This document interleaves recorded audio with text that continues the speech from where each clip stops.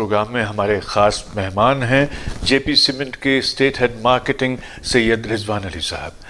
सैयद रिजवान अली साहब, कार्यक्रम में आपका बहुत बहुत स्वागत है। नमस्कार। हर कंपनी ये चाहती है कि वो अपने जो ख़रीदार हैं, अपने ग्राहक हैं, वो चाहे बड़ी कंपनियां हों, चाहे डिस्ट्रीब्यूटर्स हों, चाहे रिटेलर्स हों या आम आदमी जो भी है, उनकी जो ये है कि कसौटी पर खरा उतरे। तो क्वालिटी कंट्रोल की बात जो है, इसको लेकर के लगातार समीक्षा आपके यहाँ होती रहती होगी, आपसे राय भी मांगी जाती होगी, क्योंकि आप इसके स्टेट हेड हैं, तो आपसे भी फीडबैक लिया जाता होगा।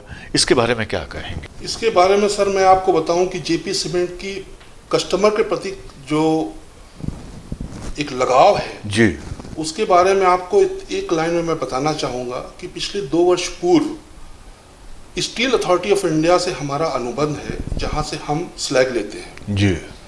परंतु स्लैग का दाम अचानक से 900 रुपये टन से बढ़ाकर उन्होंने 2000 रुपये टन कर दिया। ओहो, दुगने से भी ज़्यादा। दुगने से ज़्यादा कर दिया जी। इस पीरियड में सारी कंपनियां स्लैग सीमेंट बनाना बंद कर दी। जैसे आपको मालूम हो कि सीमेंट में 3 प्रकार की सीमेंट उपलब्ध होती हैं, एक ओपीसी होती है, एक पीपीसी होती है और एक पीएससी होती है जी, जिसको हम लोग बनाते हैं स्लैग के द्वारा जी। अब जब दाम इतना बढ़ गया तो कंपनियों को घाटा लगने लगा, तो उन्होंने इसका प्रोडक्शन बंद कर दिया। लेकिन जेपी सीमेंट एक ऐसा प्लांट था जो उसके बाद भी स्लैग सीमेंट को बनाता रहा, केवल और केवल कस्टमर के माइंडसेट को, क्योंकि स्लैग में लोहा है और लोहे में जान है। क्या बात है।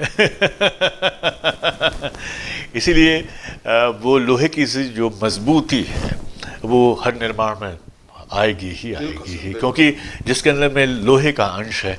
और इसीलिए इंसान के इरादे भी अगर लौह हों, इस्पाती इरादे हों, तो वो हर मुश्किल पर विजय प्राप्त करता है। अब मैं अगले सवाल की तरफ आता हूँ रिजवान साहब, वो ये कि सीमेंट में मिलावट भी होती है, है ना? और कई बार ये होता है कि आपकी कंपनी का एक बड़ा नाम है, लेकिन मिलावटी सीमेंट या डुप्लीकेट सीमेंट भी मार्केट में आता है या मिलता है। सस्ते के चक्कर में लोग ख़रीदते भी हैं। मेरा ये कहना कि अगर इस तरह की कोई शिकायत आती है, उसको रोकने के लिए आपकी कंपनी क्या उपाय करती है? देखिए सर, नक्काल तो हर ब्रांड में उपलब्ध है, हर प्रोडक्ट में उपलब्ध है और सीमेंट अछूता नहीं है। जी जी। परंतु हम लोग को यदि ऐसी कोई कंप्लेंट आती है तो हम लोग तुरंत वहाँ पर जाते हैं, हमारी मार्केटिंग टीम जाती है और उसका वेरिफिकेशन करती है जी। यदि वेरिफिकेशन में हमें मिलता है कि ये सीमेंट डुप्लीकेट है तो हम समकक्ष थाना को तुरंत सूचित करते हैं और उस दुकानदार के विरुद्ध कार्रवाई करवाने के लिए कार्य करते हैं। अब मुझे एक चीज़ बताइए कि मैं आम लोगों के लिए, जैसे वो लोग 1 बोरा सीमेंट खरीदा, 2 बोरा, अब उनके पॉइंट ऑफ व्यू से भी आपसे बात करना चाह रहा हूँ कि जैसे ही बोरा खुलता है तो हवा भी लगती है उसमें, सीमेंट का इस्तेमाल करते समय किस तरह की सावधानियां बरतें लोग? देखिए, सीमेंट कस्टमर जो सीमेंट लेना जाए दुकान पर, कुछ 2-4 बिंदु हैं जिनका ध्यान रखना चाहिए जरूर। जैसे सबसे पहले उनको ये देखना चाहिए कि सीमेंट एक ब्रांडेड सीमेंट है और ब्रांडेड सीमेंट का नाम से, बहुत नाम से सीमेंट उपलब्ध है बाजार में, लेकिन अगर आपको ब्रांड वाकई जानना है कि ये ब्रांडेड सीमेंट कंपनी है तो निर्माता, मैन्युफैक्चरर का नाम और एड्रेस लिखा होगा उस पर जी।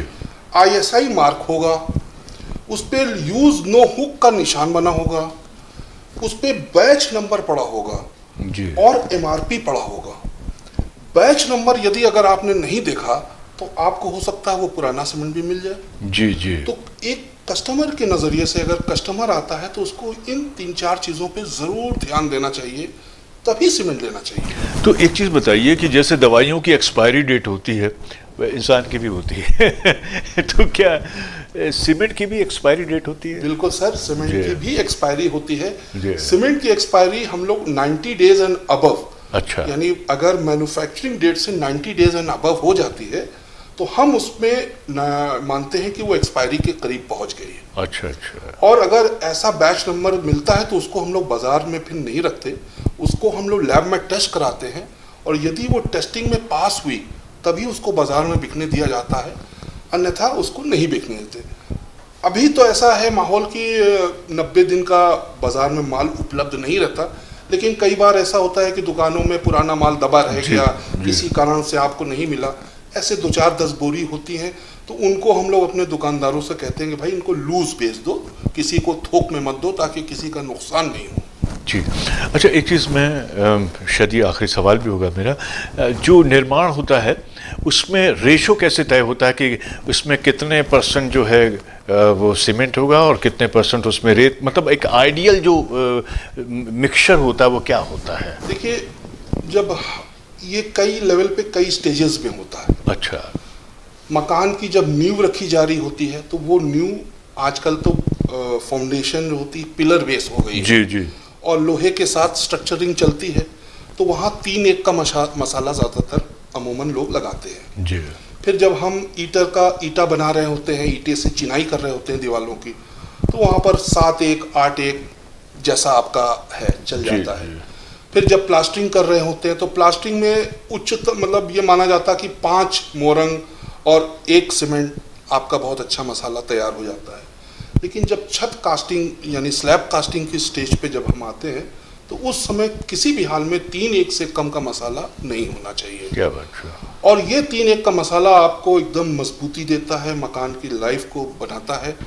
और ख़ास करके जब उस समय मसाला का इस्तेमाल हो रहा हो तो हम लोगों को बहुत सी और सावधानियां लेना चाहिए, जो अगर कभी मौका लगा तो अगले कार्यक्रम में कभी आपको जरूर बताएंगे, जरूर, ताकि हमारे और सबको पता लगे। हम तो चाहेंगे। अच्छा, आपके इस सवाल से एक सवाल और निकल गया है, वो ये कि जेपी सीमेंट का, जैसे आपने बताया कि भिलाई स्टील प्लांट, वहीं पर आपका भी प्लांट है, इसके अलावा देश के दूसरे हिस्सों में भी प्लांट है जेपी? जी हाँ सर, जेपी का प्लांट रीवा में है, बाबूपुर में है, आपके निगरी में है, हमारा चुनार में है, चुर्क में है, डाला में है, इलाहाबाद के पास एक ग्राइंडिंग यूनिट है, सदवा, वहाँ पर है।